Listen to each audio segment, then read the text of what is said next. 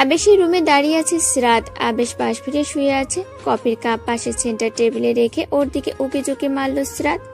না, কোনো সারা শব্দ নেই, হয়তো ঘুমিয়ে গেছে, এখন ডাকা উচিত হবে না। শব্দহীন পায়ে হেঁটে চলেছে সে, জেগে নেই বলে মনে মনে বেজায় খুশি, কারণ এখন তার সামনে আসতেও লজ্জা লাগে ওর। রুম থেকে চলে যেতে উদ্যত হতেই সামনে এসে দাঁড়ায় আবেশ। ফলাফল ওর সাথে ধাক্কা লেগে যায়। সিরাত চমকে ওঠে সামনে আবেশকে দেখে, বিছানায় চোখ বুলিয়ে অবাকের চরম পর্যায়ে পৌঁছায় সে। না, এটা সত্যি আবেশ। মুখে লেগে আছে দুষ্টু হাসি। আবেশ বলে, এভাবে চোরের মতো হাঁটছো কেন? কফি যখন এনেছই তাহলে না বলে চলে যাচ্ছ কেন? আপনি তো ঘুমাচ্ছিলেন, তাই ডিস্টার্ব করিনি। আমতামতা করে পৌতুক্ত করলো সিরাত। আবেশ বিছানা হাতড়ে ফোন হাতে নিয়ে ঝটপট কাউকে কল করলো, বাট রিসিভ হলো না। সিরাত দাঁড়িয়ে দাঁড়িয়ে কাণ্ড কারখানা দেখে চলেছে তার। ফোনটা বিছানায় ফেলে বলল, বসো, কিছু কথা আছে। ব্যাস, জমে গেল সিরাত। এজন্যই এখন লোকটার সামনাসামনি আসতে ভয় লাগে তার। কখন কি করে ঠিক নেই। সিরাতের বক্ষস্থলে ডিপ ডিপ শব্দ বেড়েই চলেছে। এখানে দাঁড়িয়ে থাকতে একটাই ভয়, যদি ওর প্রতি ফিলিংস গুলো কোনোভাবে বেরিয়ে আসে তখন। কফির কাপে চুমুক দিতে দিতে বলল, বাই দ্য ওয়ে, এক্সাম কেমন হলো? সিরাত সহসা জবাব দিল, ভালো। শুধু ভালো? হাইয়েস্ট মার্ক থাকবে নাকি সেকেন্ড, কোনটা? কপাল কুঁচকে প্রশ্ন করলো, এটা বলে টাফ, হয়তো থাকবে নয়তো না। তোমার নিজের উপর বিশ্বাস নেই? মনে মনে আওড়ালো সিরাত। বিশ্বাস তো আছেই, কিন্তু বলতে চাইছে না। যদি পরে না এত মার্কস না পাই তখন। আচ্ছা, আমি আসি। সিরাত চলে যেতে চাইলে এক হাতে টান দিয়ে নিজের ওপর ফেললো। আচমকা তাল সামলাতে না পেরে আবেশের বুকে এসে বাড়ি খেলো সে। নিজেকে সামলে আস্তে আস্তে মুখ তুলে বলল, এটা কি হলো? যেতে দিন আমায়। হুম, যেতে দেব না। আমি এখন ঘুমাবো, আর তুমি মাথায় হাত বুলিয়ে দেবে। চোখ বড় বড় করে তাকালো সিরাত। এই ছেলে বলে কি, বাইরে এত লোকজন রেখে আমি এখন ওনার মাথা টিপবো? ইম্পসিবল। আবেশ গিয়ে দরজা লক করে এলো। সিরাত উত্তেজিত হয়ে বলল, দরজা লক করছেন কেন? প্লিজ আমাকে যেতে দিন। নো ডিয়ার, বিয়ের 1 মাস পেরিয়ে গেল, এখনো বউয়ের পাশে ঘুমাতে পারলাম না। একসাথে না পারলাম খেতে, আর না পেলাম তার কোনো সেবা শুশ্রূষা। এখন আমার তোমার সেবা পেতে ইচ্ছে করছে। বাইরের লোকজন কি ভাববে? আঙ্কেল আন্টিও আছেন ড্রয়িং রুমে। তাতে কি, তুমি আমার স্ত্রী, কেউ খারাপ ভাববে না। হাত ধরে টেনে বিছানায় বসিয়ে ওর কোলে শুয়ে পড়ল আবেশ। বরফের নয় জমে গেল সিরাত। পরে স্পর্শে পুরো শরীর কেঁপে উঠল। তখনই ফোন বাজে উঠল। ফোন হাতে নিয়ে লাউডে দিল আবেশ। বলল, থ্যাঙ্কস ভাবি, এই অবেলায় বউকে পাঠানোর জন্য। শোনো, পাঠিয়ে যখন দিয়েছো তখন আর ওর আশা করো না। আমি 1 ঘন্টা ঘুমাবো, কেউ ডিস্টার্ব করো না। মানে ওকে কেউ খুঁজো না। 1 ঘন্টা না, 10 ঘন্টা ঘুমাও, কেউ ডিস্টার্ব করতে যাচ্ছে না। তোমার বউ নিয়ে তুমি ঘুমাবে, এতে কে কি বলবে? Enjoy this moment, tata. হাসতে হাসতে কেটে দিলেন তিনি। এবার লজ্জায় মাটির নিচে ঢুকে যেতে ইচ্ছে করছে ওর। এই রুমে থেকে বেরিয়ে সবাইকে মুখ দেখাবে কি করে ভেবে কুলকিনারা পাচ্ছে না। আবেশ ওর হাত টেনে ধরে বলল, প্লিজ, খুব মাথা ধরেছে, একটু মেসেজ করে দাও। এই নরম বিনয়ী সুর শুনে কিছু বলল না সে। মাথায় হাত বুলাতে লাগলো। আবেশ চোখ বন্ধ করে নিল। চোখ বন্ধ অবস্থায় বলল, আমি না ওঠা পর্যন্ত এখানেই থাকবে, চোখ খুলে যেন তোমাকে দেখতে পাই। ড্রয়িং রুমে বসে আছে সিরাত। ইতোমধ্যে তিথি আর রাদীপও চলে এসেছে। এখানে আড্ডা দিচ্ছে সে। আবেশ ঘুমিয়ে পড়ার কিছুক্ষণ পর সেখান থেকে চলে এসেছে সে। রুম থেকে বেরোতেই আরু আর ভাবে মিলে লেগ ফুলে মেতেছিল। সিরাত লজ্জায় শুধু মাথা নিচু করেই ছিল। আজকের দিনটা অসম্ভব ভালো সিরাতের। ভালোবাসার মানুষটার এতটা কাছাকাছি আসার সৌভাগ্য আগে কোনোদিনও হয়নি তার। আচ্ছা, আবেশ কি তাকে ভালোবাসে, নাকি শুধু ওয়াইফ বলে ঘাড় থেকে নামাতে পারছে না বলে ইজি হতে চাইছে? রাদীপ এখানে সিরাতকে দেখে বেশ চমকে গেছে। সকলে একসাথে বসে আড্ডায় মশগুল। তিথি বলল, আবেশ কোথায়? আরু বলল, ভাইয়া ঘুমোছো? ছোট করে ওহ বলল সে। আরু রাদীপকে দেখে একটি কথা মনে পড়ে গেল। ভালোভাবে তাকে পর্যবেক্ষণ করে নিল সে। এবার হিসাব মিলাতে হবে তাকে। রাদীপ আর সিরাত দাঁড়িয়ে আছে ছাদের কিনারায়। মূলত রাদীপ এখানে নিয়ে এসেছে তাকে। অনেক কিছু বলার আছে তার সিরাতকে। আজ এগুলো বলতেই হবে, নইলে শান্তি পাবে না সে, কিছুতেই পাবে না। দুজনে দাঁড়িয়ে গল্প করছে আর হাসাহাসি করছে, আর একজন রাগে ফুসফুস করছে। দুজনে গল্প করে অনেকক্ষণ পর নেমে এলো নিচে, কিন্তু কিছুই বলতে পারলো না রাদীপ। আবারও ব্যর্থ সে। ফুস করে একটা শ্বাস ছাড়লো। ড্রয়িং রুমে এসে আবেশকে দেখে মনে মনে খুশি হলো সিরাত, কিন্তু আবেশ তাতে কোনো প্রতিক্রিয়া দেখালো না, গম্ভীর মুখে বসে রইল। সিরাত বারবার ওর দিকে তাকালেও সে একবারও ফিরে তাকালো না। রাত 11টা ছুঁই ছুঁই। গাড়িতে বসে আছে আবেশ। চারিদিকে অন্ধকার, আকাশে তালার মতো একটা চাঁদ উঠেছে, আর চারপাশে জ্বলছে কয়েকটি তারা। কোনো প্রেমিক যুগলের কাছে সময়টা নিঃসন্দেহে সুন্দর, মোহনীয় আর স্মরণীয়। রাদীপ আর তিথি চলে গেছে খানিকক্ষণ আগে। সিরাতকে যাওয়ার জন্য জোর করেছে, কিন্তু মিস্টার খান ছাড়েননি তাকে। তার এক কথা, আবেশ পৌঁছে দেবে তাকে, কারণ এই বাহানায় দুজন একটু স্পেস পাবে। যদি সবকিছু ঠিকঠাক হয় সেই আশায় আছেন তিনি। সকলের কাছ থেকে বিদায় নিয়ে সিরাত এসে বসলো গাড়িতে। কোনো কথা না বলে গাড়ি স্টার্ট দিল আবেশ। আবেশের গম্ভীর ভাব দেখে ভেতরে মোচড় দিয়ে উঠল সিরাতের। নীরবতায় কাটছে তাদের। সিরাত এবার মুখ খুলে বলল, তখনকার জন্য কি আপনি রেগে আছেন?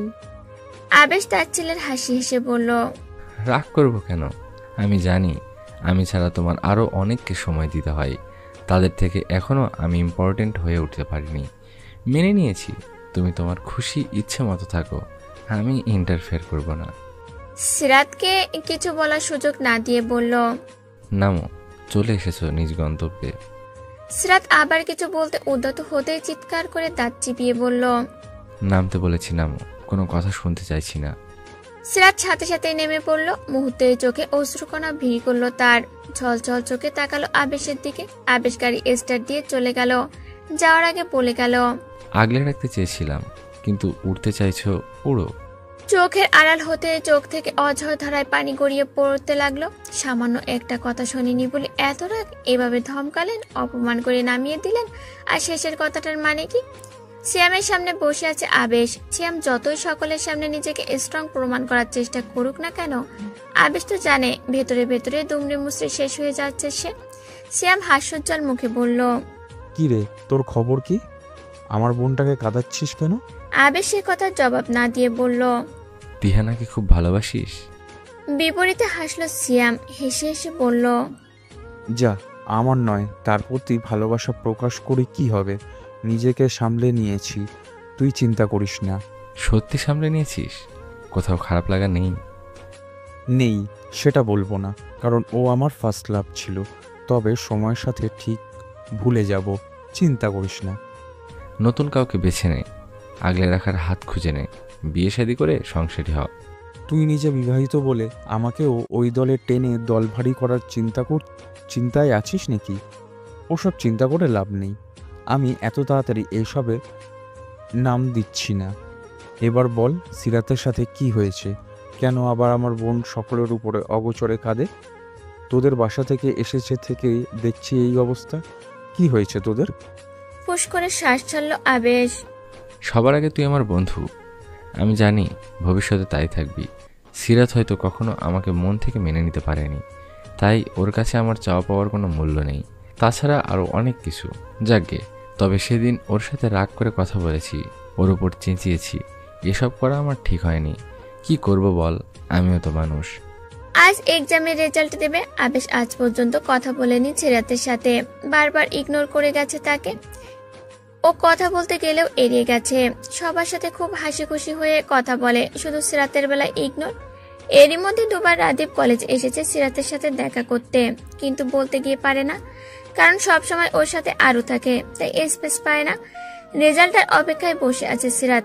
যদি রেজাল্ট ভালো হয় তাহলে হয়তো কথা বলবে, কিন্তু না, তাও হলো না। হাইয়েস্ট মার্কস পাওয়া সত্ত্বেও কোনো কথা বলল না সে। এবার আর সহ্য হচ্ছে না সিরাতের। আজ আবেশের সাথে কথা বলেই ছাড়বে।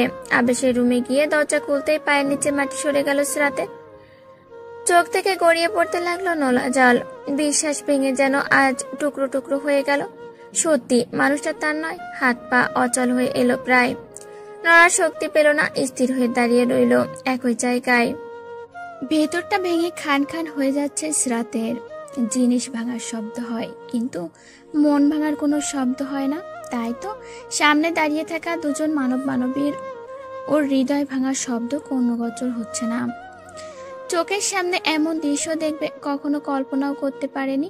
কাজলের সাথে লিপ কিসে লিপ্ত আবেশ, পেছন দেখে এমনটাই মনে হচ্ছে।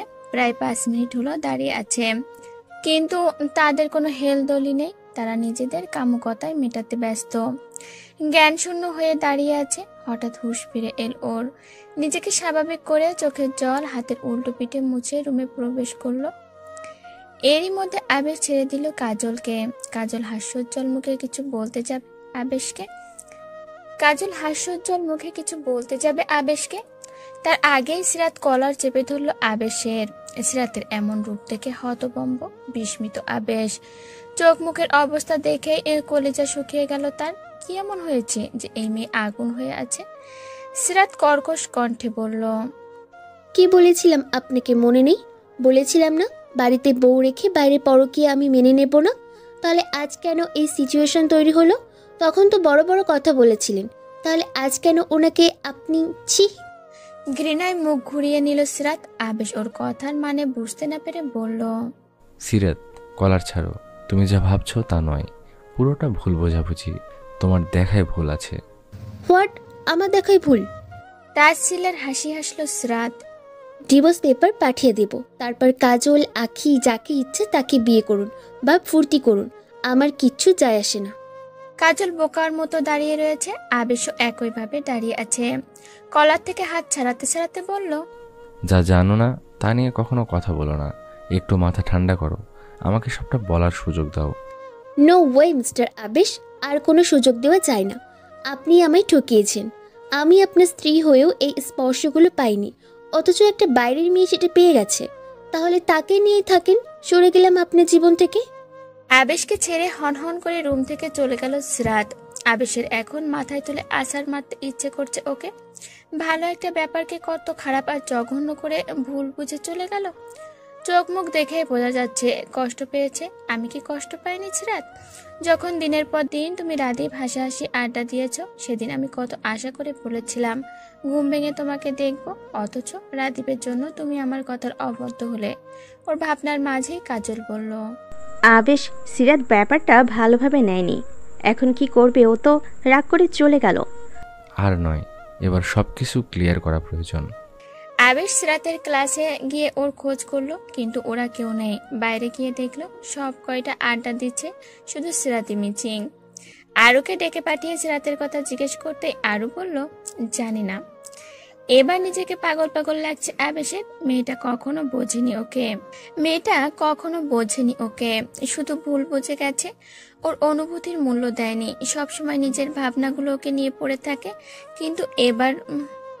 কিন্তু এবার বুঝবে ওকে ভুল বোঝার শাস্তি। আজ 4 দিন হলো সিরাতের সাথে দেখা নেই আবেশের। সেদিনের পর ওর বাসায় গিয়েও তার দেখা পায়নি। রুমে ঘাপটি মরে বসেছিল, দরজা খোলেনি। ফোনে ট্রাই করেও পাওয়া যায়নি। সিয়ামের কাছ থেকে খোঁজ নিয়ে জানতে পেরেছে ফুপির বাসায় 4-5 দিনের জন্য চলে গেছে। ওর সাথে যোগাযোগের সমস্ত পথ বন্ধ, কিছুতেই নাগাল পাওয়া যাচ্ছে না তার। ওদিকে আবেশের অবস্থা বেহাল। 4 দিন ভুল বুঝে নিজেকে দূরে সরিয়ে রেখেছে, যেটা আবেশের সহ্য হচ্ছে না। সিয়াম সবকিছু ঠিক আছে কিনা জিজ্ঞাসা করায় আবেশ ঠিক আছে বলে কাটিয়ে দিয়েছে। এই কয়দিন কলেজে মন বসেনি আবেশের। ক্লাস করাতে গেলেই সিরাতকে না দেখে ভেতরটা মোচড় দিয়ে ওঠে ওর। এতদিন ছুতে না পারলেও 2 চোখ ভরে দেখেও তো তৃষ্ণা মেটাতে পেরেছে সে, কিন্তু আজ নিরুপায়। আরও হয়তো দুজনের টানাপোড়েন বুঝতে পেরেছে, তাই আজ নিজের ভাইয়ের সাথে সরাসরি কথা বলার জন্য ওর রুমে ঢুকলো। কপালে হাত রেখে রুম অন্ধকার করে বিছানায় শুয়ে আছে আবেশ। আরও লাইট জ্বালাতেই বিরক্তি নিয়ে বলল, উফ, অসহ্য! কে লাইট অন করলো? তাড়াতাড়ি অফ করো, ভালো লাগছে না, ঘুমাবো। আরও ভাইয়ের পাশে গিয়ে মাথায় হাত রাখলো। আবেশ রাগে চোখ খুললো, আরুকে দেখে বলল, আরু, ভালো লাগছে না, প্লিজ চলে যা। তোর দুষ্টুমি সহ্য করার মতো মন মানসিকতা আমার নেই। থাকবে কি করে মন? সেটা তো সিরাত নিয়ে পালিয়েছে। ফালতু না বকে চলে যা। ফালতু বকছি না তো, এটাই সত্যি। আচ্ছা ভাইয়া, সিরাতের সাথে তোমার কি হয়েছে? কেন কলেজে আসছে না? কারোর সাথে কন্ট্রাক্ট নেই। রেজাল্টের পর খুশি মনে তোমার রুমে ঢুকেছিল, হঠাৎ কি এমন হলো যে তারপর আর ওকে দেখাই গেল না? আবেশ ফুস করে একটা শ্বাস ছাড়লো। কাজল ঘিরে সকল ভুল বোঝাবুঝির কথা বলল। আরু শুনে স্বাভাবিকভাবে বলল, ভাইয়া, ধরো তোমার ভালোবাসার মানুষ, তার উপর তোমার স্ত্রী যদি তোমার সামনে প্রতিনিয়ত তোমার সামনে একটা ছেলেকে নিয়ে চলাফেরা করে, তার সাথে ভালো বিহেভ করে, শুধু তোমার বেলায় ইগনোর, তখন তুমি কি করবে? আবেশের কপালে চিন্তার রেখা ফুটে উঠল। শোয়া থেকে উঠে বসে বলল, কি বলতে চাইছিস তুই? হ্যাঁ ভাইয়া, সিরাত তোমায় ভালোবাসে, নিজের জীবনের থেকেও বেশি ভালোবাসে, কিন্তু কখনো প্রকাশ করেনি। তোমাকে দিদির সাথে সহ্য করলো, কিন্তু কিছু বলল না। কাঁদলো, কাজল ম্যামের সাথেও সহ্য করলো, তখনও কিছু বলল না, শুধু আড়ালে চোখে জল ফেলে গেছে। তোমার ছোট ছোট কেয়ারগুলো নিয়ে কাটিয়ে দিয়েছে। তোমার কিছু মুহূর্তের ভালো ব্যবহার খুশিতে ওর চোখ চিকচিক করতো, কিন্তু এত কিছুর পর যখন শেষ মুহূর্তে তোমাদের একসাথে দেখলো, তখন কি করে সহ্য করবে? তাই হয়তো নিজেকে দূরে সরিয়ে রেখেছে। আচ্ছা, তুমি বলো, তুমি কি পারতে? হতভম্ব বিস্মিত আবেশ। সিরাত তাকে ভালোবাসে, এটা সত্যি, কিন্তু কখনো তো বুঝে উঠতে পারেনি। অনুমান করলেও বারবার ও সে অনুমানকে মিথ্যে প্রমাণিত করে দিয়েছে। সেজন্যই বুঝি ওই দিন রেস্টুরেন্ট এমন করেছে, আর সেদিন এই জন্য এতটা কাঁদছিল। ইডিয়েট, বিয়ে তো হয়ে গেছে, তাহলে এত উদাস সাজলো কেন? যদি এসব না করতো তাহলে আমার মনে খটকা লাগতো না, ওকে নিয়ে উল্টো পাল্টাও ভাবতাম না। শিট। আজকাল রাদীপ অনিশ্চয়তায় ভুগে। তার মায়াবিনীকে নিয়ে মাঝে মাঝে বক্ষস্থলে চিনচিনে ব্যথা অনুভব হয়। সেদিন ওর কাউকে ভালোবাসার কথাটা শোনার পর থেকে কিভাবে বলবে, নাকি নিজের ভালোবাসার কথা বলবে না, সে দ্বিধাদ্বন্দ্বে ভুগছে।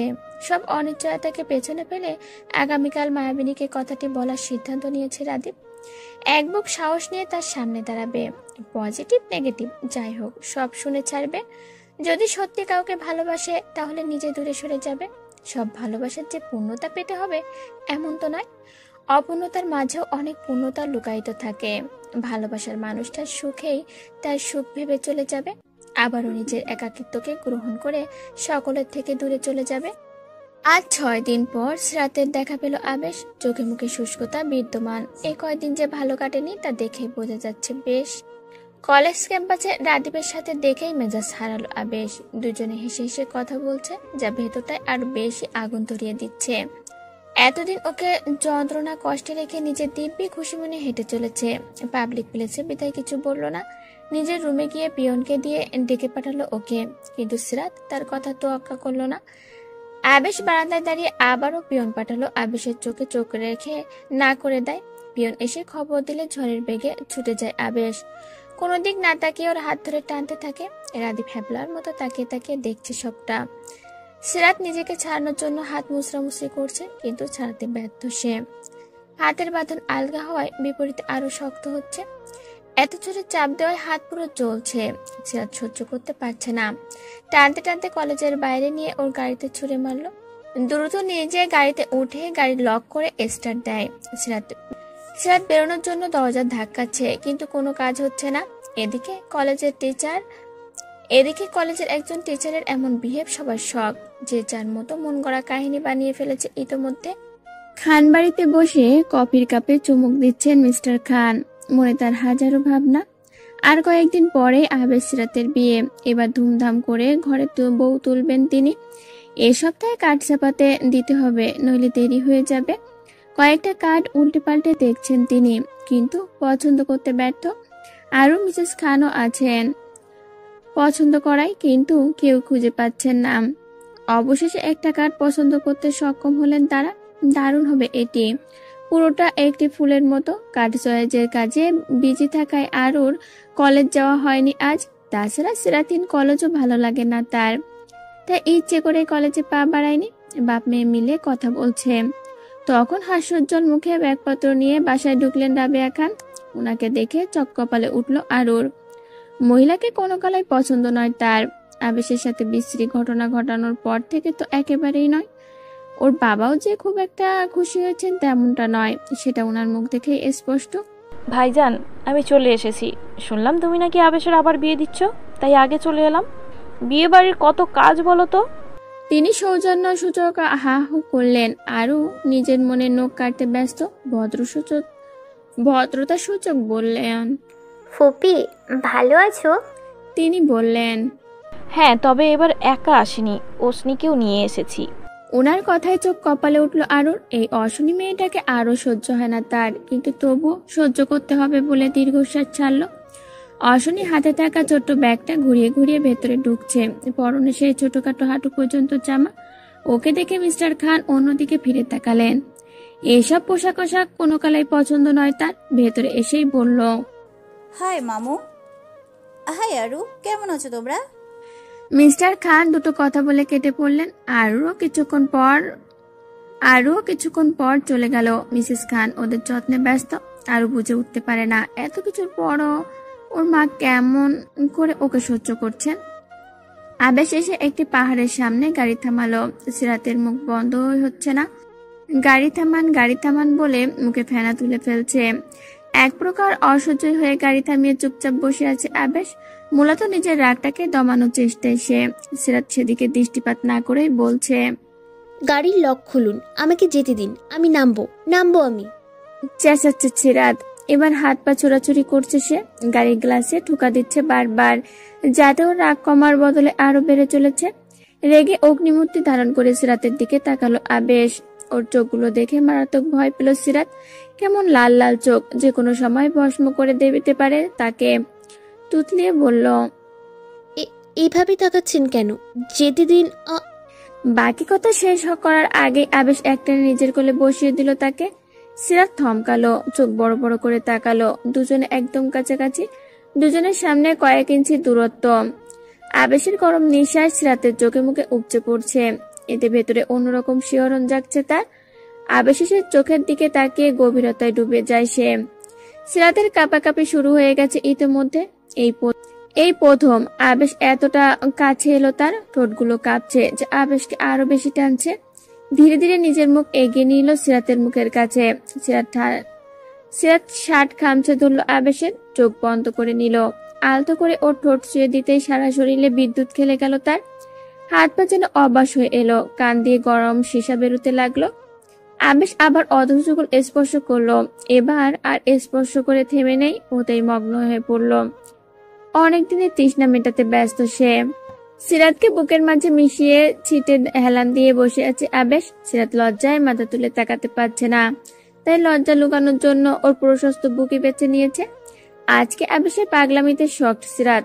এসবও ওনার দ্বারা পসিবল ভাবতেই আরো বেশি লজ্জা লাগছে। কাজলের সাথে এসব করে কি স্বাদ মেটেনি, এখন ওর সাথে একই আচরণ। অনেকক্ষণ চুপ থাকার পর আবেশ চোখ বন্ধ অবস্থায় বলল, তোমাকে একটা গল্প শোনাবো।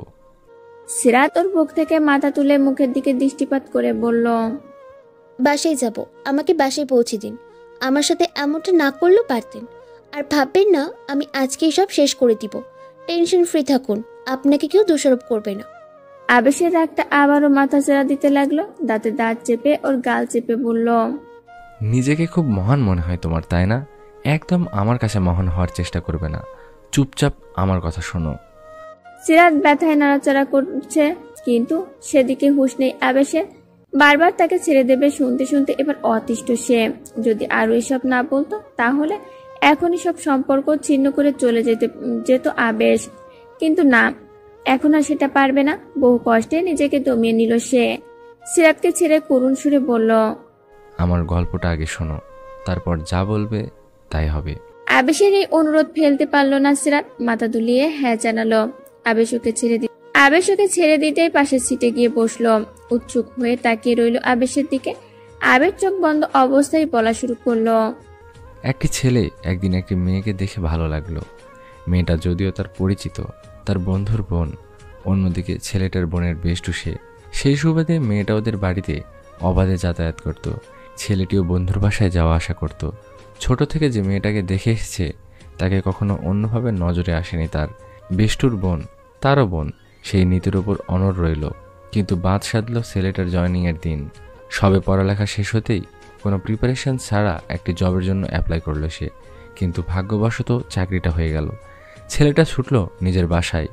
জয়নিংয়ের দিন সকালবেলা ছেলেটা যখন গাড়ি নিয়ে আসছিল তখন জ্যামে আটকে থাকার দরুন চোখ আটকে যায় ফুটপাতের ধারে কলেজ ব্যাগে খিলখিলিয়ে হাসা একটা বাচ্চা মেয়ের ওপর।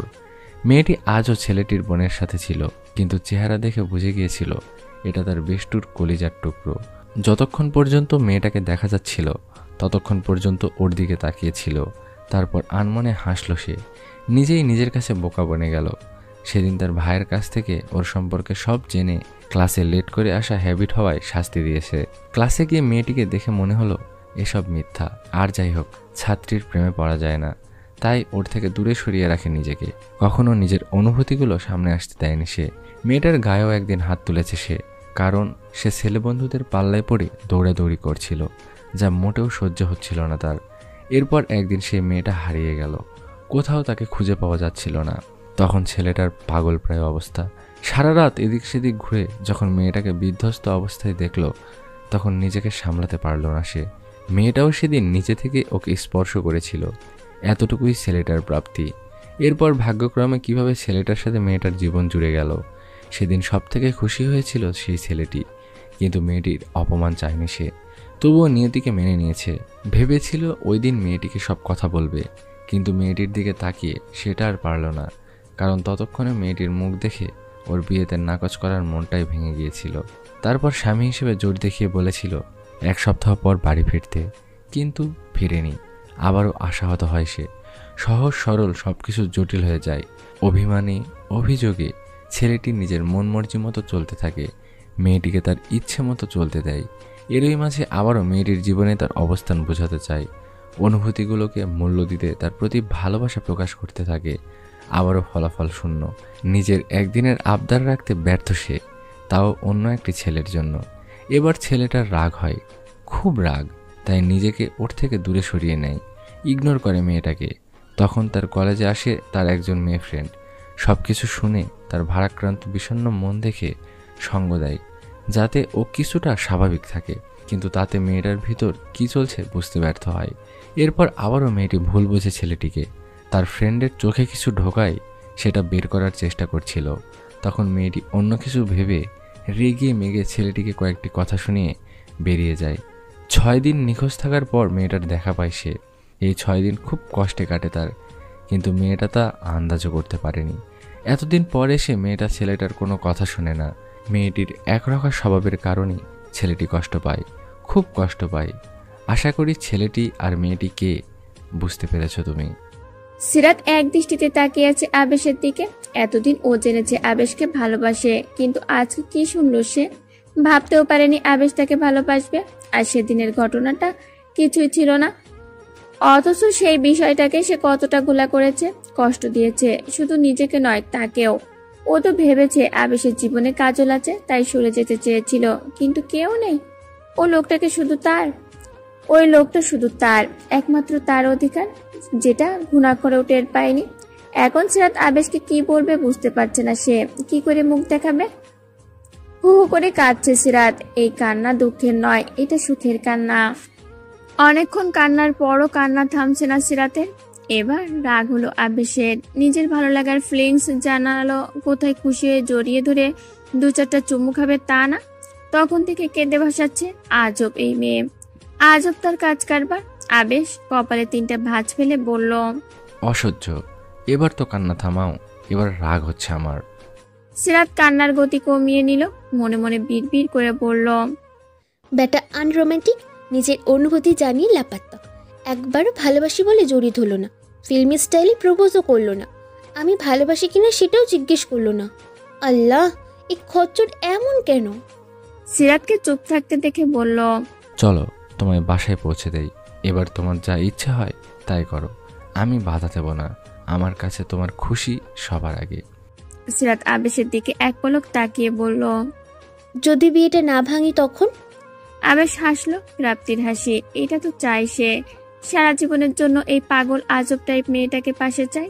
ওর চোখে চোখ রেখে বলল, জীবনটা রঙিন সিরাত, সেই রঙিন জীবন আরো রাঙিয়ে তুলতে সামনে এগিয়ে চলো।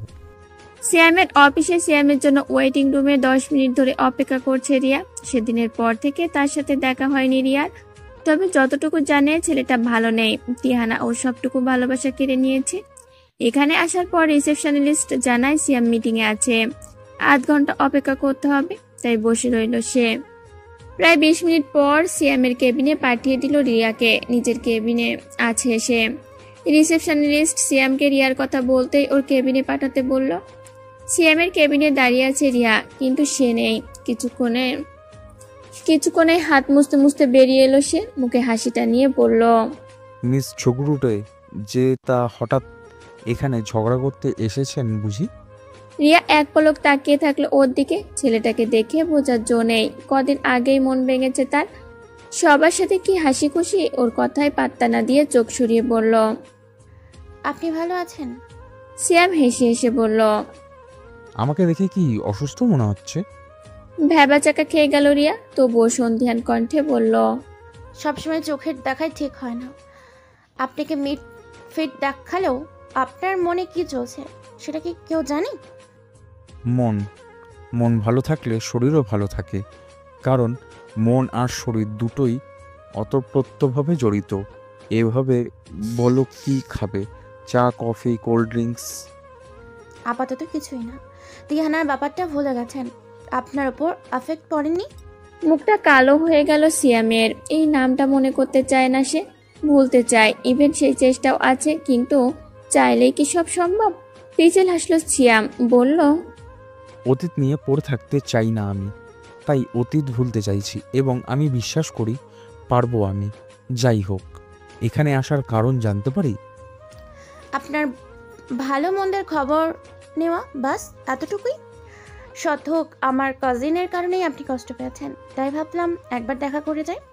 আমার জন্য ভাববেন না, আমি ভালো আছি। আর তিহানাকে এই ব্যাপারে কিছু জানাবেন না প্লিজ। ওকে, ভালো থাকবেন, আসছি। রিয়াকে বিদায় জানিয়ে অবাক হলো সিয়াম। আজ মেয়েটা কোনো ঠ্যাস দিয়ে কথা বললো না, ঝগড়া করলো না, এটাও হওয়ার ছিল? যে মেয়ে একটা ভালো কথার বিপরীতে 10টা কথা শোনায়, সে আজ কিছু বললো না। স্ট্রেঞ্জ। বাড়িতে এসে নিজের ফুপিকে দেখে কপাল কুঁচকে গেল আবেশের। এত বছরে যে কিনা খুব একটা যাওয়া আসা করেনি, অথচ সে এই কয়দিনে দুবার চলে এলো। এর মধ্যে কাহিনী আছে নিশ্চয়। আবেশকে দেখেই তিনি বললেন, কেমন আছিস বাবা? সেদিন আমার কথাবার্তায় কিছু মনে করিস না। আসলে আমিও তো একটা মেয়ে, তাই মেয়েটার এমন অবস্থা দেখে এসব বলেছি। না না ফুপি, আমি কিছু মনে করিনি। তুমি না জেনে আমার অনেক বড় উপকার করেছো। সিরাতকে আমার জীবনে এনে দেওয়ার জন্য আমি তোমার কাছে কৃতজ্ঞ। সৌজন্য সূচক কথাবার্তা বলে আবেশ উপরে চলে গেল। ওর কথায় হা হয়ে গেল ফুপি। কি ভেবেছিলেন আর কি হলো? তবে কি আবেশ মেনে নিয়েছে মেয়েটাকে? সিঁড়ির কাছে যেতেই একজোড়া হাত পেছন থেকে জড়িয়ে ধরল আবেশকে। আচমকা এমন হয় ভরকে গেল আবেশ। কি হতে পারে? সন্ধ্যান চোখে তাকালো। অশনি পেছন থেকে বলল, শুনলাম তুমি নাকি ট্র্যাপে পড়ে বিয়েতে ফেসে গেছো। এবার নাকি ওই মেয়েটার সাথে আবার বিয়ে হবে তোমার। আবেশ হাত ছাড়িয়ে ওর কাছে থেকে দূরে সরে মৃদু হেসে বলল, তবে ট্র্যাপ হলেও আমি খুশি। কথাটি বলে এক মুহূর্ত দাঁড়ালো না সে। হনহন করে সিঁড়ি ডিঙিয়ে চলে গেল ওপরে। ওর কথা শুনে অশনির মুখটা কালো হয়ে গেল।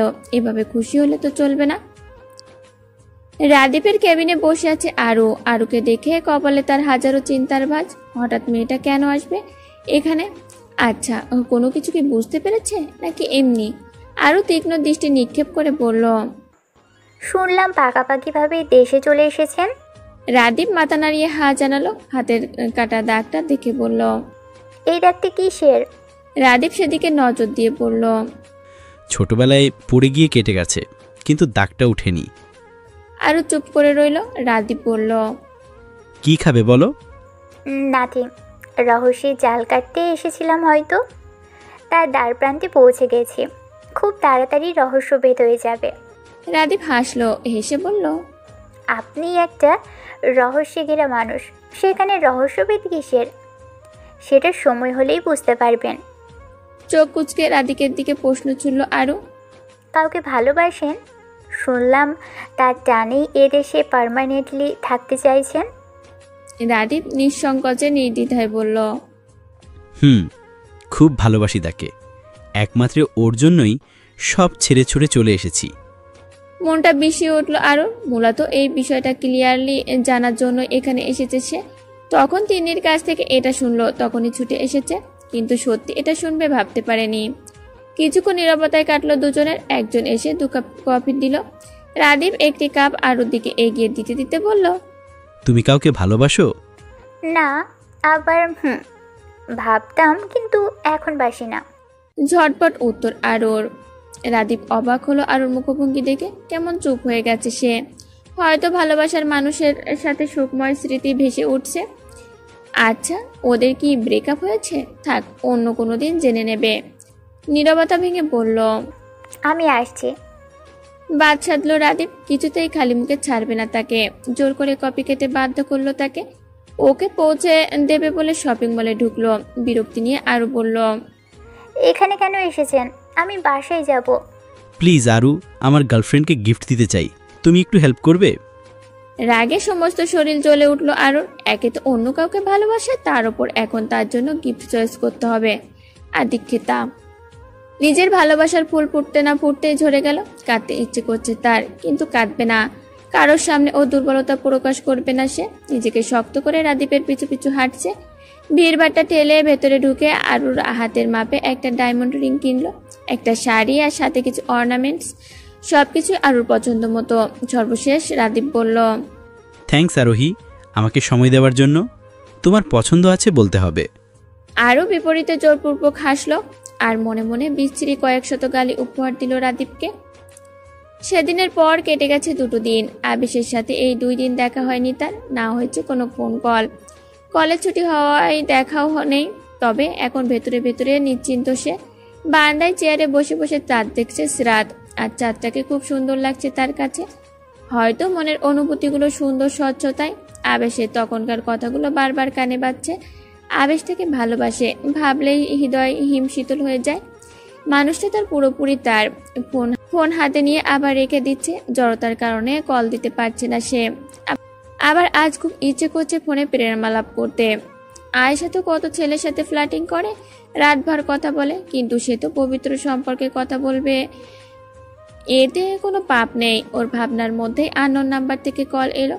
বুড়ুকুচকে তাকিয়ে সেন্টার টেবিল থেকে ফোনটা হাতে নিয়ে রিসিভ করে কানে রাখতেই অপর পাশ থেকে বলল, এই যে মায়াপুরী, কে বলেছে চাঁদের আলোয় বসে নিজেকে আলোকিত করে আমাকে পাগল করে দিতে? এবারে পাগলের পাগলামি সহ্য করতে পারবে তো? স্তব্ধ, বাকরুদ্ধ, চমকিত সিরাত। মন্ত্রমুগ্ধকর এই কণ্ঠধ্বনি, ঠান্ডা গলার কথাটা উড়ন্ত হৃদয়কে হিমশীতল করে দেওয়ার জন্য যথেষ্ট। ওপাশের ব্যক্তিটি কে বুঝতে বাকি রইল না তার। স্থির হয়ে বসে রইল। ওপাশ থেকে আর কিছু শোনা গেল না, কিন্তু কল কাটেনি, এখনো লাইনে আছে। সিরাত ধপাধপ পা ফেলে রুমে ফিরে এলো। এখানে আর এক মুহূর্ত থাকা যাবে না। হাতে থাকা ফোনটাকে বুকে জড়িয়ে থম মেরে কিছুক্ষণ বসে রইল সে। আবারও বেজে উঠল ফোনটি। সিরাত ভুরু কুচকে তাকালো ফোনের স্ক্রিনে। আবারও সেই আননোন নাম্বার। দেখেই হাত পা ঠান্ডা হওয়ার উপক্রম তার। একটু আগের কথা ভাবতেই মৃদু হাসলো সে। তখনকার কথা শুনে ফোন তোলার সাহস হলো না আর। সিরাত বুঝে উঠতে পারছে না এই লোকটার হঠাৎ হলোটা কি। ইনিও এতটা ঠোটকাটা হতে পারেন, ভাবলেই অবাক হয়ে যায় সে। তার ভাবনার মাঝে ছেদ ঘটিয়ে ফোনটা পুনরায় বেজে উঠল। এবার ফোন হাতে তুলে এক বুক সাহস নিয়ে হ্যালো বলবে, তার আগে আদেশসূচক বাণী কানে এলো। যে বাণী উপেক্ষা করার শক্তি নেই তার। 5 মিনিটের ভেতর তোমার বাসার বাঁ পাশের ছোট পাহাড়টায় চলে এসো। Hurry up. আর যদি লেট হয় বা না আসো, তাহলে আমি আসছি তোমার কাছে। নাও ইয়োর চয়েস। সিরাতকে কথা বলতে না দিয়ে কলটা কেটে দিল। সিরাত একবার ভাবলো যাবে না, পরক্ষণে বাসায় আসার কথাটা মনে হতেই ঝটপট বাইরে বের হলো। এখন রাত প্রায় 10টা। বেরোনোটা তবুও লুকিয়ে চুরিয়ে সকলের নজর উপেক্ষা করে বেরোতে সক্ষম হলো সে। বালিশে মুখ গুজে কাঁদছে আরও। আজ সব বিশ্বাস ভেঙে গুড়িয়ে গেল তার। ছেলে মানেই চরিত্রহীন লম্পট হয়, এরা কখনো এক নারীতে আসক্ত থাকতে পারে না। ক্ষণে ক্ষণে মন পাল্টায় এদের। আবার নিজের বাবা ভাইয়ের কথা মনে হতেই মতামত পাল্টালো সে। ওর চিন্তা শক্তি বলল সবাই এক নয়, কিছু কিছু পুরুষ এমন হয়, আবার কেউ কেউ একজনের মত থেকে সারা জীবন কাটিয়ে দেয়। ওর বাবাও তো মাকে দিয়ে কাটিয়ে দিল, আজও ভালোবাসা কমেনি এতটুকু। রাদীপ ওকে ঠকিয়েছে, কিন্তু ও পারবে না। ও নিজের সবটুকু দিয়ে রাদীপকে ভালোবেসেছে, আজীবন সেভাবেই বাসবে। ওর ভালোবাসা এতটা ঠুনকো নয় যে অল্পতে ভেঙে গুড়িয়ে যাবে। কাঁদতে কাঁদতে ঘুমিয়ে যায় আরও। রিয়া বসে বসে ভাবছে কিভাবে সিয়ামকে মনের কথা জানাবে সে, কিন্তু কিছুতেই কোনো ওয়ে খুঁজে পাচ্ছে না। সিয়ামকে প্রথমে টলারেট করতে না পারলেও কিভাবে যেন এখন ভালোবেসে ফেলেছে। লোকটা অন্যরকম, একেবারে অন্যরকম। তার সাথে কারো তুলনা হয় না। জীবনে প্রথমবার কাউকে ভালো লাগার পরও কিভাবে নিজেকে সামলে নিয়েছে সে। কাউকে বুঝতে দেয়নি মনের ক্ষত। রিয়া সেই ক্ষত জায়গায় মলম লাগাতে গেলেও পারেনি। লোকটার ক্ষমতা অসীম। এখনকার যুগে যেখানে ছেলেরা নিজের পছন্দের মানুষটি না পেলে জোরপূর্বক হাসিল করার চেষ্টা করে, নইলে মেয়েটার জীবনকে নরকে পরিণত করতে চায়, সেখানে ও কিছুই করলো না। এই দিকটা আরো বেশি টানছে তাকে। 5 মিনিট হলো পাহাড়ের কিনারায় দাঁড়িয়ে আছে সিরাত, কিন্তু কাঙ্ক্ষিত ব্যক্তিটির দেখা সাক্ষাৎ মেলেনি এখনো। অন্যদিকে ভয়ে জড়সড় হয়ে দাঁড়িয়ে আছে সে। চারিদিকে অন্ধকার, শুধু চাঁদের আলো কিছুটা আপচা আপচা দেখা যাচ্ছে। হঠাৎ পেটে কারোর উষ্ণ স্পর্শ পেয়ে কেঁপে উঠল সে। বুঝতে বাকি রইল না ব্যক্তিটি কে। পেছন থেকে শক্ত করে জড়িয়ে ধরে ঘাড়ে মুখ গুজল আবেশ। সিরাত যেন জমে গেছে। লোকটার অনাকাঙ্ক্ষিত স্পর্শে হৃদস্পন্দন থেমে যাওয়ার উপক্রম হয় তার। শ্বাস আটকে যায়। সিরাত চোখ বন্ধ করে ঠায় দাঁড়িয়ে রইল। আবেশ কানের কাছে ফিসফিস করে বলল, অফ হোয়াইট সালোয়ার কামিজে দারুণ লাগছে তোমায়, ইচ্ছে করছে কামড়ে খেয়ে ফেলি, ডুব দিই তোমার মাঝে। কথাটা বলতে বলতে গলায় হালকা দাঁত বসালো আবেশ। সিরাত কেঁপে উঠল। সারা শরীরে বিদ্যুৎ খেলে গেল তড়িৎ গতিতে। হৃদস্পন্দন বেড়ে গেল। জোরে জোরে শ্বাস নিতে লাগলো সে। জিভ দিয়ে শুষ্ক ঠোঁটদ্বয় ভিজিয়ে নিল। ওর বেহাল অবস্থা দেখে মনে মনে হাসলো আবেশ। এতদিন ধরে ভালোবাসে, অথচ ভালোবাসার মানুষের স্পর্শে এত ভয়, এত লজ্জা। ওর লজ্জাটাকে আর একটু বাড়িয়ে দিতে ওর দিকে ঘুরিয়ে ছেড়ে দিয়ে আবেশ বলল, ওই দিন কাজলের ঠোঁটে একটি চুমু খেয়েছিলাম ভেবে তুমি টানা 6 দিন আমার সাথে দেখা করনি। এখন তোমার কি উচিত নয় তোমার বরকে গুনে গুনে 6 দুগুণে 12টি চুমু খাওয়ার? এবার লজ্জায় নাজেহাল অবস্থা সিরাতের। এখন নিজের কপাল চাপড়াতে ইচ্ছে করছে তার। কেন সেদিন ভুল বুঝেছিল সে? এখন তার মাসুল এভাবে দিতে হবে, ভাবেনি কখনো। মাথা নিচু করে থরথর করে কাঁপছে। আবেশ একটু কাছে এসে বলল, কাজলকে এতটুকু ছুঁয়েছি ভেবে সহ্য হয়নি, আবার আমার ছোঁয়াও তোমার সহ্য হয় না। কাঁপাকাঁপি করে অবস্থা নাজেহাল। এখন এই অধম কি করবে মহারানী? একটু কাছে আসলে বউয়ের শ্বাসবন্ধ হওয়ার উপক্রম, আবার পরনারীরও ছোঁয়া বাড়ন। তাহলে কি করা উচিত আমার? আবেশের দিকে স্থির চাহনি নিক্ষেপ করলো সিরাত। মুখে তার দুষ্টু হাসি। এখানে থাকলে এই লোকের বেফাস কথাবার্তায় হার্ট ফেল করে, নয়তো শ্বাসকষ্ট হয়ে মারা যাবে, এটা সুনিশ্চিত। আবেশের কথাগুলোর পাত্তা না দিয়ে নতজানু হয়ে পড়ল। আমি বাড়ি যাব, আমাকে পৌঁছে দিন। এতে একটু অবাক হলো না আবেশ, যেন এটাই জানা ছিল তার। একটু এগিয়ে এসে কপালে ভালোবাসার পরশ এঁকে বলল, যা তোমার তা তোমারই। যে কোনো পরিস্থিতিতে বিশ্বাস হারিও না, তাহলে ঠকে যাবে। কলেজে বসে গল্প করছে 4 বান্ধবী। আয়ান আর মিনার অনুপস্থিত এখানে। সিরাত এদিক ওদিক তাকাচ্ছে। মূলত আবেশ আর কাজলকে খুঁজছে সে। সেদিন ভুলবশত কি ব্যবহারটাই না করেছে, ভাবলেই লজ্জায় মরে যেতে ইচ্ছে করছে ওর। যেভাবেই হোক ওনার কাছে ক্ষমা চাইতে হবে তাকে, আর সেটা আবেশের উপস্থিতিতেই। আরুর মনটা আজ বিষণ্ণ। কোনো দিকে কোনো নজর নেই তার। আবিদের বিয়ের দিনের সিনটা মনে পড়লে হু হু করে কাঁদতে ইচ্ছে করে তার। প্রথম প্রথম যতটা খারাপ লেগেছিল, এখন তার চেয়ে বেশি খারাপ লাগে। ঘৃণায় রিরি করে ওঠে সারা শরীর। ওকে বিষণ্ণ দেখে কান থেকে ব্লুটুথ খুলতে খুলতে আয়েশা বলল, তুই এই ছেঁকা মার্কা ফেস নিয়ে বসে আছিস কেন? ছ্যাঁকা খেয়েছি তাই। আনমনে বলে উঠল আরও। ওর কথাটি শেষ হতে না হতেই বিস্ফোরিত নয়নে তাকালো 3 জনে। সিরাত অবাকত্ব নিয়ে বলল, সিরিয়াসলি? সকলের দৃষ্টি এখন আরুর মুখশ্রীতে নিবদ্ধ। আরু অসহায় ফেস নিয়ে দীর্ঘশ্বাস ফেলে পড়ল, ব্যাস। প্রশ্নের ঝুড়ি খুলে বসে পড়ল 3 জনে। ছেলেটা কে, কি করে, কোথায় থাকে, কতদিন ধরে এসব চলছে? এসব প্রশ্ন শুনে চক্ষু কোটর থেকে বেরিয়ে আসার উপক্রম আরুর। এদের দিকে কাঁদো কাঁদো ফেস নিয়ে তাকিয়ে বলল, আস্তে, একটু ধীরে সুস্থে প্রশ্ন কর, এভাবে উত্তর দেওয়া যায় নাকি? সকলে চুপ হয়ে গেল। এরপর আরও সবটা খুলে বলল। সবকিছু শুনে মনে মনে রিয়া বিড়বিড় করলো, দোসরে, তোর কপাল আর আমার কপাল সেম। দুইজনই প্রেম না মজায় একা একা কষ্ট পেয়ে মরছে।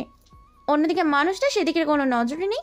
আয়েশা কপাল কুঁচকে বলল, শেষ তুইও সিরাতের দলে নাম লিখালি? আমার বাবা এসব আসে না, কেন জানি না, পারিও না। কত ছেলের সাথে ফ্লার্টিং করি, কিন্তু কাউকে মন থেকে চাই না, জাস্ট টাইম পাস। আয়েশার কার্যকলাপ নিয়ে অনেকবার বন্ধুমহল বকেছে ওকে, কিন্তু তাতে কখনো কোনো পাত্তা দেয়নি সে। তাই সবাই হাল ছেড়ে দিয়েছে। আজ আবার সিরাতের ইচ্ছে হলো, তাই বলল, আয়েশা কি করিস এসব তুই? এবার বাদ দে, শুধরে যা। আমার ভয় হয় তোর ক্ষণিকের খুশির জন্য কেউ না সত্যি সত্যি কষ্ট পায়। আয়েশা বীরের মতো মাথা উঁচু করে বলল, ওসব কিছুই হবে না, কারণ তারাও সেম, জাস্ট টাইম পাস করে। No tension darling.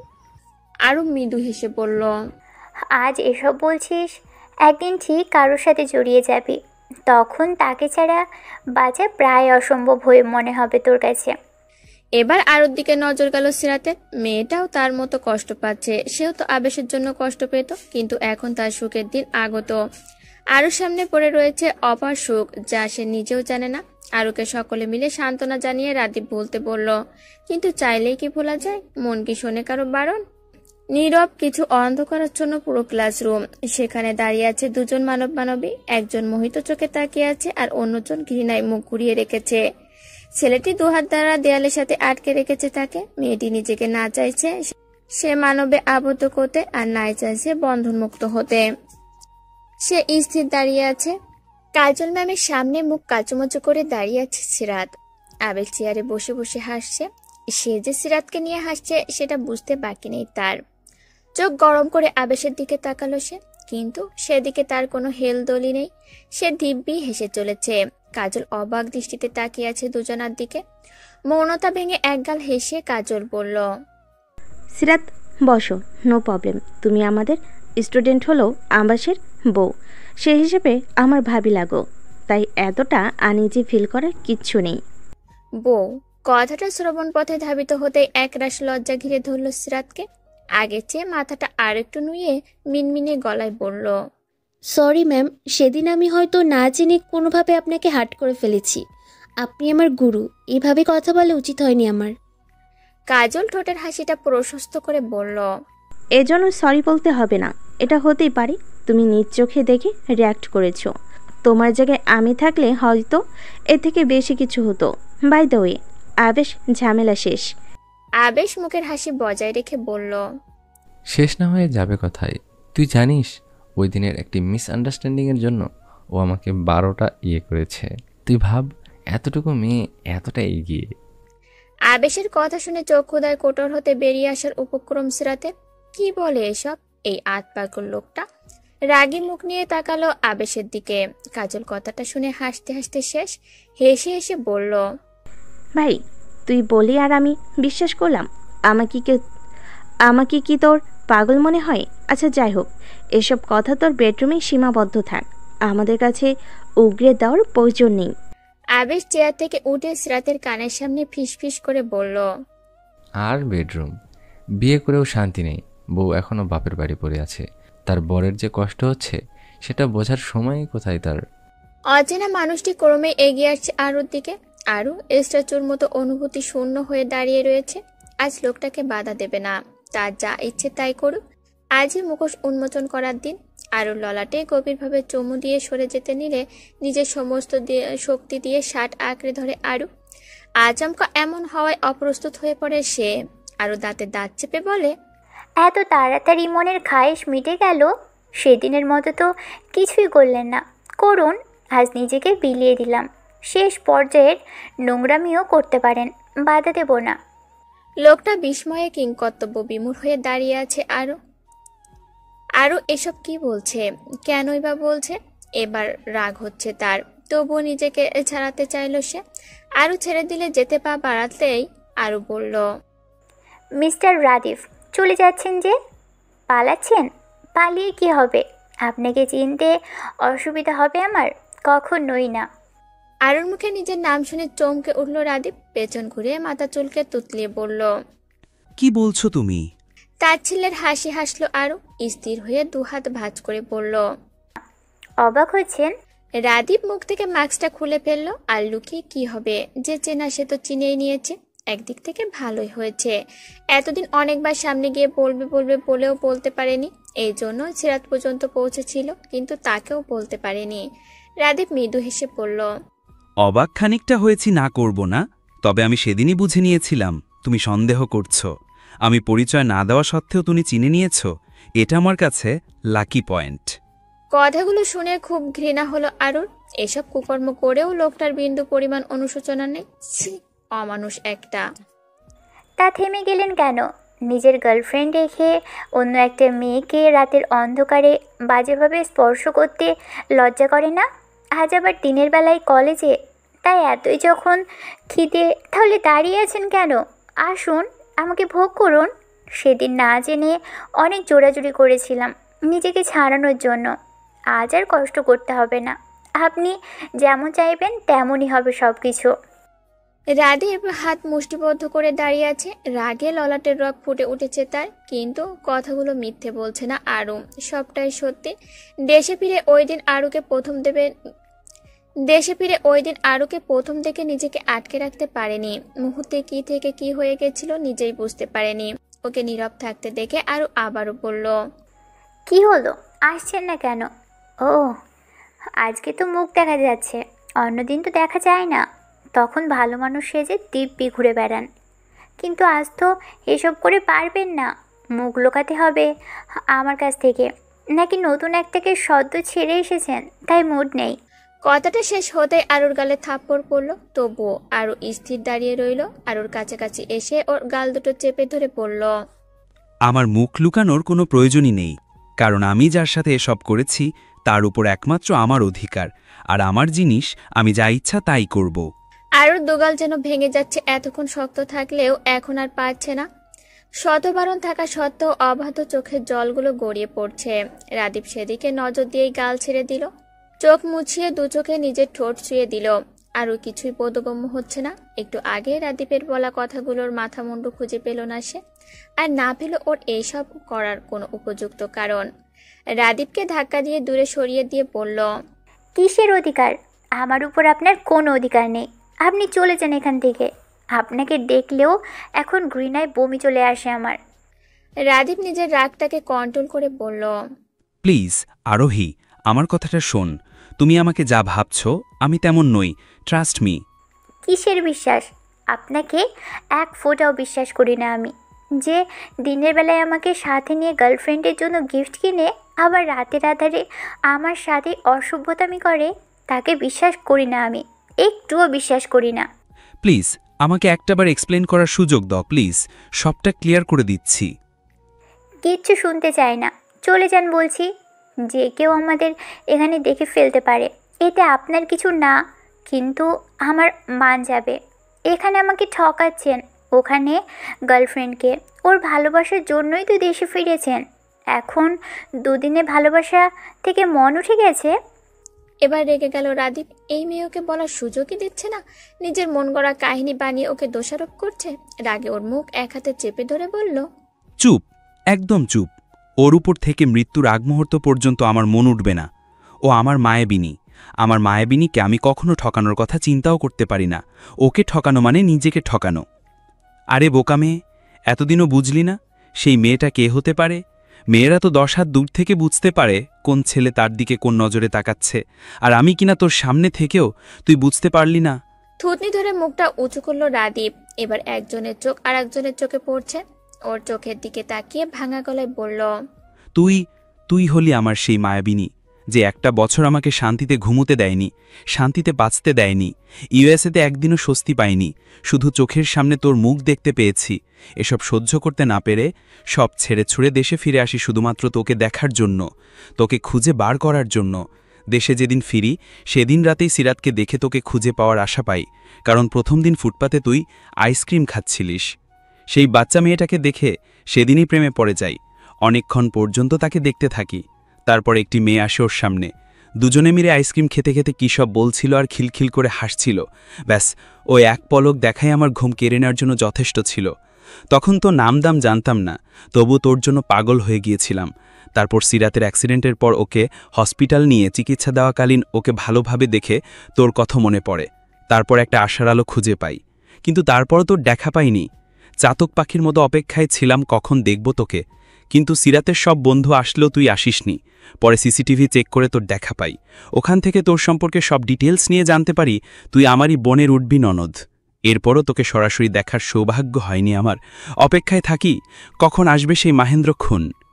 রাদীপ কিছুটা থেমে আরোহীর দিকে তাকায়। মেয়েটা অবাক দৃষ্টিতে তাকিয়ে আছে। হয়তো এমনটা হবে এটা কখনো ভাবতে পারেনি সে, কারণ সে তো ভেবেছিল অন্য কিছু। মৃদু হেসে আবার বলতে লাগলো রাদীপ, লোকে বলে অপেক্ষার ফল মিষ্টি হয়, সে আশায় আমিও বসে রইলাম। তিন্নির বিয়ের দিন হঠাৎ দোতলায় তোকে দেখে কন্ট্রোললেস হয়ে পড়ি। আমি চাইনি, কখনো চাইনি এমন কিছু হোক। আমি তো নর্মালভাবে মিশতে চেয়েছিলাম, কিন্তু হয়ে গেল অন্যরকম। ওই দিনের ব্যবহারে আমি নিজেই লজ্জিত। নিজের চক্ষু তৃষ্ণা মিটাতে গিয়ে ঘটে গেল অনাকাঙ্ক্ষিত কিছু, তাই সাহস করে সামনাসামনি আর কিছু বলতে পারিনি। এরপর প্রায়ই দেখার ইচ্ছা জাগত, কিন্তু সেই ইচ্ছাকে দমন করতাম। আবার মাঝে মাঝে ব্যর্থ হতাম, তাই ছুটে যেতাম তোর কাছে। তোকে দেখে শান্তি পেতাম। ওই রাতে শান্তির ঘুম ভর করত আমার দৃষ্টি জুড়ে। এই ব্যাপারে সিরাতকেও বলতে গিয়েছি, যাতে তোকে কনভিন্স করে, কিন্তু সেটাও পারিনি, কারণ সিরাতের সাথে কেউ না কেউ থাকতো। তোর কাছেও বলতে চেয়েছি নিজের মনের কথা, কিন্তু ব্যর্থ। শুধু তোকে হারিয়ে ফেলবো এই ভয়ে ভয়ে থাকতাম। তুই যদি অ্যাকসেপ্ট না করিস, আর যদি দেখতে না পাই, এসবের জন্য আটকে ছিলাম। সেদিন তোকে সাথে করে তোর জন্যই সব কিছু কিনেছি, আর মাত্র কদিন পর মনের কথাও বলতাম, কারণ সেদিন তুই বলেছিলিস তুই যাকে ভালোবাসিস তাকে আর বাসিস না। খবরটা শুনে খুশি হয়েছি, কারণ তখন বুঝে গেছি এবার তুই শুধু আমার আর কারোর নস। সেদিন আমি তোকে ভালোবাসি তার কিছু ক্লু দিতে চেয়েছি, তাই তোর ফিঙ্গারের মাপের আংটি, তোর হাতের চুড়ি, তোর পছন্দের শাড়ি কিনেছি, কিন্তু তাও তোকে কিছু বুঝাতে পারলাম না। বিপরীতে আমি অসভ্য অভদ্র উপাধি পেলাম। যাই হোক, আর ভুল বুঝিস না আরোহী, আমি তোকে ভালোবাসি, পাগলের মতো ভালোবাসি। তুই আমার ভেবে এসব করেছি, তাও ভুল করেছি, প্লিজ ক্ষমা করে দিস। আরও মন দিয়ে কথাগুলো শুনলো। একবার মন বলছে বিশ্বাস করতে, আর একবার বলছে না, আরও লোকটা মিথ্যে বলছে। তাই যদি হবে তাহলে এতদিন এসব বলেনি কেন? আর সে তো জানে না আরও তাকে ভালোবাসে, তাহলে কেন না জেনে এসব অসভ্যতামি করলো? না, এর একটা কথাও সত্যি না, সবটাই ধরে পড়ে নাটক করছে। ওর নাটকে আরও ভুলবে না। আরও বলল, নাটক করছেন? ধরা পড়ে মন গড়া কাল্পনিক কাহিনী বানাচ্ছেন? অবশ্য পারারই কথা, কারণ ডাক্তারি তো মেধা ছাড়া পাশ করেননি। প্রচণ্ড মেধাবী যে এটাই তার প্রমাণ। তবে কি বলুন তো, আরও এত সস্তা ড্রামায় ভুলবে না। নিজের আসল রূপ দেখিয়েই দিলেন। তবে আজ তুই এটা কোন ধরনের ভাষা? ছি। রাদীপ মৃদু হাসলো। আরও থেকে নিজেকে সরিয়ে শান্ত চাউনি নিক্ষেপ করে বলল, এসবের জন্য ক্ষমা চেয়েছি। তোমার খারাপ লেগেছে, আবারও সরি। তোমার কাছে আমার অনুভূতিগুলো যদি ড্রামা মনে হয় তো হতেই পারে, কিন্তু আমি জানি আমি সত্যি বলছি। সত্যি না ছাই? যদি সত্যি হতো তাহলে দিনের পর দিন আমাকে বাজেভাবে স্পর্শ করতেন না। ভালোবাসা মানে কি দৈহিক চাহিদা? এই ভালোবাসা আমি বিশ্বাস করি না। নিজের একটা ভুলের কারণে আরও ভুল বুঝলো তাকে। এতদিনে সাজানো অনুভূতিগুলোকে আঘাত করলো। হয়তো ওর কাছে আসতে চায় না তাই, কারণ প্রথম প্রেম ভোলা সহজ নয়। রাদীপ শক্ত কণ্ঠে বলল, আমি ভাগ্যকে মেনে নিলাম। আমি জানি ভাগ্য কোনো কালেই সহায় ছিল না আমার, আজও থাকলো না। ভাগ্য বাবা মাকে কেড়ে নিয়েছে, এবার তুমি অপ্রাপ্তির পাতায় জায়গা করে নিলে। নো প্রবলেম, তুমি ভালো থেকো। আর একটা কথা, আমার মতো সেম অনুভূতি আমার প্রতি তোমার হবে সেটা বলছি না আমি, তবে আমার অনুভূতিগুলোকে সম্মান করো, অসম্মান করো না প্লিজ। রাদিফ কোনোদিন তোমার সামনে ভালোবাসার দাবি নিয়ে দাঁড়াবে না, ইভেন তোমার দৃষ্টির আড়ালেও থাকার চেষ্টা করবে। ভালো থেকো তোমার ভালোবাসার সৌভাগ্যবান সেই ব্যক্তিটির সাথে। আমি না হয় অভাগাদের দলে পড়ে রইলাম। আবারও সরি সবকিছুর জন্য। দুঃস্বপ্ন ভেবে রাদিফ নামক অধ্যায়কা ভুলে যেও। শেষের কথাগুলো বলার সময় রাদীপের গলা কাঁপছিল। কথা শেষ হতেই বড় বড় পা ফেলে চলে গেল রাদীপ। আরও ওখানেই হাঁটু গেড়ে বসে পড়ল। আর যদি সত্যি রাদীপ ওকে ভালোবেসে এসব বলতো তাহলে নাচতে নাচতে রাজি হয়ে যেত, কারণ সেও তো ওকেই ভালোবাসে। প্রথম দেখায় মন দিয়ে বসে আছে, কিন্তু রাদীপের ব্যবহার ওসব তো ভুলতে পারছে না সে। একজন ডক্টর কিভাবে একজনের সাথে এমন করতে পারে? ভেতরটায় ভাঙ্গন শুরু হয়ে গেছে ইতোমধ্যে। রাদীপ নামক যুবকটি ভেঙে দিয়ে গেছে তাকে, আর কখনো কাউকে বিশ্বাস করতে পারবে না। এরা মুখোশের আড়ালে আবৃত এক একটা অমানুষ। আজ রাতের আবেশের গায়ে হলুদ। ইতিমধ্যে সকল বন্ধু বান্ধব উপস্থিত হয়েছে ওর বাসায়। আরও এখানে আসবে না, কারণ সেখানে ওর ভাইয়ের গায়ে হলুদ থাকতে হবে ওকে। সিরাতের মনে খুশির অন্ত নেই। যে মানুষটাকে নিয়ে স্বপ্ন দেখে এসেছিল, এখন সেই মানুষটাকে পুরোপুরিভাবে পেতে চলেছে সে। এক অনাকাঙ্ক্ষিত ঘনটানার মধ্য দিয়ে জীবনে শুরু হলেও এখন পরিপূর্ণ ওর জীবন। আবেশ মুখে না বললেও সিরাত জানে ওকে কতটা ভালোবাসে সে। যুগ যুগ এই ভালোবাসা নিয়ে বেঁচে থাকতে চায়। ওর ভাবনার মাঝে ফোনটা বেজে উঠল। ওর উৎফুল্ল হয়ে ফোনটা কানে তুলে দিতেই শুনতে পেল। সেদিন হলুদ দেওয়ায় এত তাড়াতাড়ি কাজ হবে ভাবতে পারিনি। তবে যাই বলো, আগেরবারের হলুদের মজাই আলাদা ছিল। কারণ তখন সবার আগে তোমার বর তোমায় হলুদ ছুঁয়েছিল। এবার আর সেই সৌভাগ্য হবে না তোমার। কারণ আমার ইচ্ছে ছিল, কিন্তু ফেঁসে গেছি, আসতে পারছি না। কথাটা শুনেই লজ্জায় মাথা নোয়ালো সিরাত। সেদিনের কথা মনে হতেই লজ্জা 4 গুণ বৃদ্ধি পেল। লাজুকতার ন্যায় বলল, সেদিন আপনার জন্যই পরের দিন এসব ঘটলো। আপনি খুব খারাপ। আবেশ আহ্লাদি গলায় বলল, এই খারাপ লোকটাই তোমার স্বামী। আচ্ছা, তুমি কি ওসবে বিশ্বাস করো নাকি? ওসবে বিশ্বাস করো না, সব আল্লাহর ইচ্ছা। না না, আমিও বিশ্বাস করছি না, জাস্ট বললাম আপনি আমার ভাগ্যে ছিলেন তাই পেয়েছি। ওদের কথার মাঝে একটি মেয়েলি কণ্ঠস্বর শুনে চুপ হয়ে গেল সিরাত। মেয়েটা আবেশকে কিছু বলছে। আবেশ সাথে সাথে রাখছি বলে কেটে দিল। হলুদ অনুষ্ঠান শেষ। আবেশকে কল দিয়ে সিরাত বারবার ওয়েটিং এ দেখাচ্ছে। সিরাত ফোনটা রেখে দেয়, হয়তো কারোর সাথে কথা বলছে, পরে ব্যাক করবে। কিন্তু 2 ঘন্টা অতিবাহিত হওয়ার পরও কল ব্যাক করেনি সে। ফোন চেক করে অভিমানের পাহাড় জমে সিরাতের মনে। আজকের মতো একটা স্পেশাল দিনে আবেশ কল করলো না তাকে। কাঁদতে ইচ্ছে হলো তার, তবুও কাঁদলো না। নিজেকে বুঝিয়ে সুঝিয়ে আবারও কল দিল, কিন্তু এবার কান্নাগুলো আটকে রাখার পরিস্থিতিতে রইল না সে। চক্ষুদায় হতে বৃষ্টি নামলো। ফোন কান থেকে সরিয়ে সঠিক নাম্বারে কল দিয়েছিল কিনা সেটাও পরখ করে নিল। না, ঠিক আছে, তাহলে কে এই মেয়েটা আর কি বলল এসব? ঘুমো ঘুমো কণ্ঠে বলল, কে রে এই অসময়ে? ম্যানার্স জানো না? এখন পার্সোনাল সময় কাটানোর সময় ফোন রিসিভ করার সময় নয়, যত সব।